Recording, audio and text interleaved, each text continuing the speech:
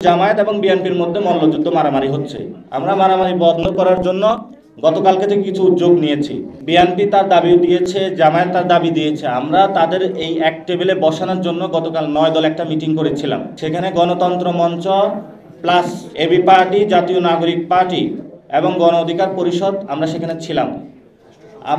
রাষ্ট্র সংস্কার আন্দোলন গণতন্ত্র মঞ্চের মধ্যে আছে, আমরা সেখানে ছিলাম।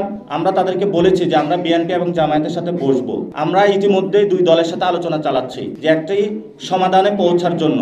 তো সমাধানে যদি না পৌঁছতে পারে, আমরা তো আমাদের সমাধান মানুষের সামনে দিয়ে রেখেছি যে কোন প্রক্রিয়ায় আপনি বাস্তবায়ন করবেন, এবং সেখানে যে গণভোট প্রশ্ন, নোট অফ ডিসেন্টের প্রশ্ন, আদেশের প্রশ্ন, আদেশটা কে জারি করবেন, সবগুলো প্রসেস আমরা দিয়ে রেখেছি।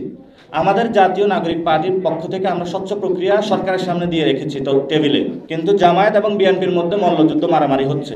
আমরা মারামারি বন্ধ করার জন্য গতকালকে থেকে কিছু উদ্যোগ নিয়েছি। তো সেই জায়গাটায় আমরা বলবো যে রাজনৈতিক দলগুলো, সরকার আপনাদের কোর্টে বল ঠেলে দিয়েছে। এখন আপনারা যদি সমাধান করতে ব্যর্থ হন, এটা আসলে আপনাদের জন্য খুবই লজ্জাস্কর একটি বিষয় হবে। এজন্য রাজনৈতিক দুটি দলকে আমরা আহ্বান জানাবো, আপনারা আলোচনার টেবিলে বসুন।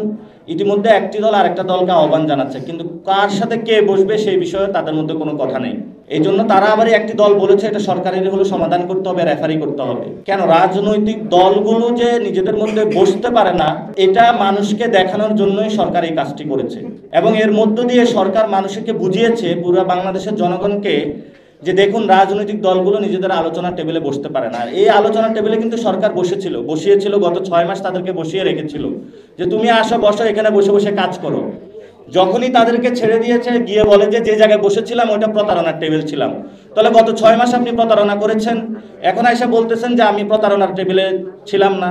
তা আপনিও তো প্রতারণা কর্মসূচির অংশ ছিলেন যদি এটা প্রতারণা হয়। এই জন্য রাজনৈতিক দলগুলোর এই সংস্কৃতিটা বন্ধ করতে হবে। আমাদের পার্টি থেকে আমরা উদ্যোগ নিয়েছি, দুই দলের সাথে আলোচনা চলমান আছে, যে 9 দলের যে একটি জোট হয়েছে সেখানেও আলোচনা চলমান আছে।